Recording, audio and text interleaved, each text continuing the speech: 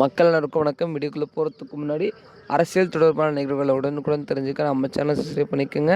வாங்க வீடியோக்குள்ளே போகலாம். அதாவது 5 ஆண்டுகளாக இந்த நலத்திட்டங்களை ஏன் செய்யவில்லை? இபிஎஸ் அதிரடி பேட்டி.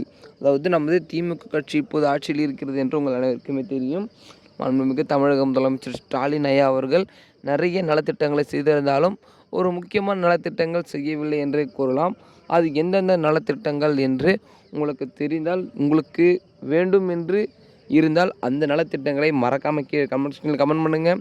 இப்பொழுது செய்யவில்லை என்றாலும் கூட அடுத்த 5 வருடம் காலமாக ஆட்சியில் இருக்கும் முதலமைச்சர் அதை செய்வார்களா செய்ய மாட்டார்கள் என்று பொறுத்திருந்து பார்க்கலாம். ஏனென்றால் அவர்கள் தீர்மானிப்பதை விட மக்களாகிய உங்களிடம் கேட்டுதான் அவர்கள் தீர்மானிக்க வேண்டும். அதாவது என்ன பிரச்சனை இருக்கிறது, என்ன குறைபாடுகள் இருக்கிறது என்று அவர்கள் தான் தமிழகத்தில் முழுவதுமே ஆராய்ந்து அதற்கு பிறகுதான் நலத்திட்டங்களை வெளியிட வேண்டும். அப்பொழுது தான் அவர் ஒரு பார்த்திங்கன்னா ஒரு உண்மையான முதலமைச்சர், அது மட்டும் இல்லை ஒரு தெளிவான முதலமைச்சர் என்று கூறலாம். அதாவது நிறைய பெண்களுக்கு மாதம் 1000 ரூபாய் போவதே இல்லை, இது உங்கள் அனைவருக்குமே தெரியும். இருந்தாலும் கூட ஒரு சில ஏழை மக்கள் எளிய மக்கள் வந்து பார்த்திங்கன்னா வாங்கி கொண்டு தான் இருக்கிறார்கள். இருந்தாலும் ஒரு சில பேருக்கு போகவில்லை அல்லவா?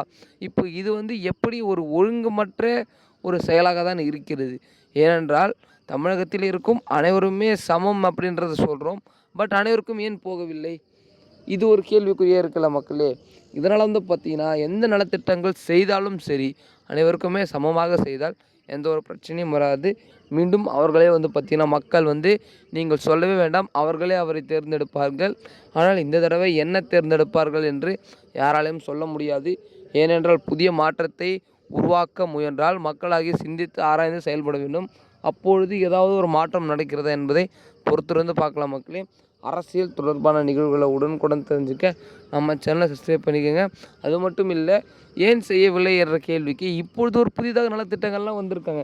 அதாவது 4 வருட காலமாக இல்லாதது வந்து பார்த்திங்கன்னா இப்பொழுது ஆரம்பித்தார்கள். அதாவது ஒரு 3 மாதங்களுக்கு பின்பு பார்த்திங்கன்னா என்ன சொல்லியிருக்காங்கன்னா, உங்களுடன் ஸ்டாலின் அப்படின்ற ஒரு நலத்திட்டம் வந்து பார்த்திங்கன்னா நமது மாண்புமிகு முதலமைச்சர் ஐயா அவர்கள் தொடங்கி வைத்தார். இதற்கு வந்து நமது அதிமுக பொதுச் செயலாளர் எடப்பாடி அவர்கள் என்ன சொல்லியிருக்காங்க பார்த்தீங்கன்னா, உங்களுடன் ஸ்டாலினாங்க, இந்த நலத்திட்டம் உங்களுடன் ஸ்டாலின். ஆனால் இத்தனை வருட காலமாக யாருடன் ஸ்டாலின் அப்படின்னு பயங்கரமாக வந்து பார்த்திங்கன்னா ஒரு பொதுக்குழு கூட்டத்தில் சொல்லியிருப்பார்.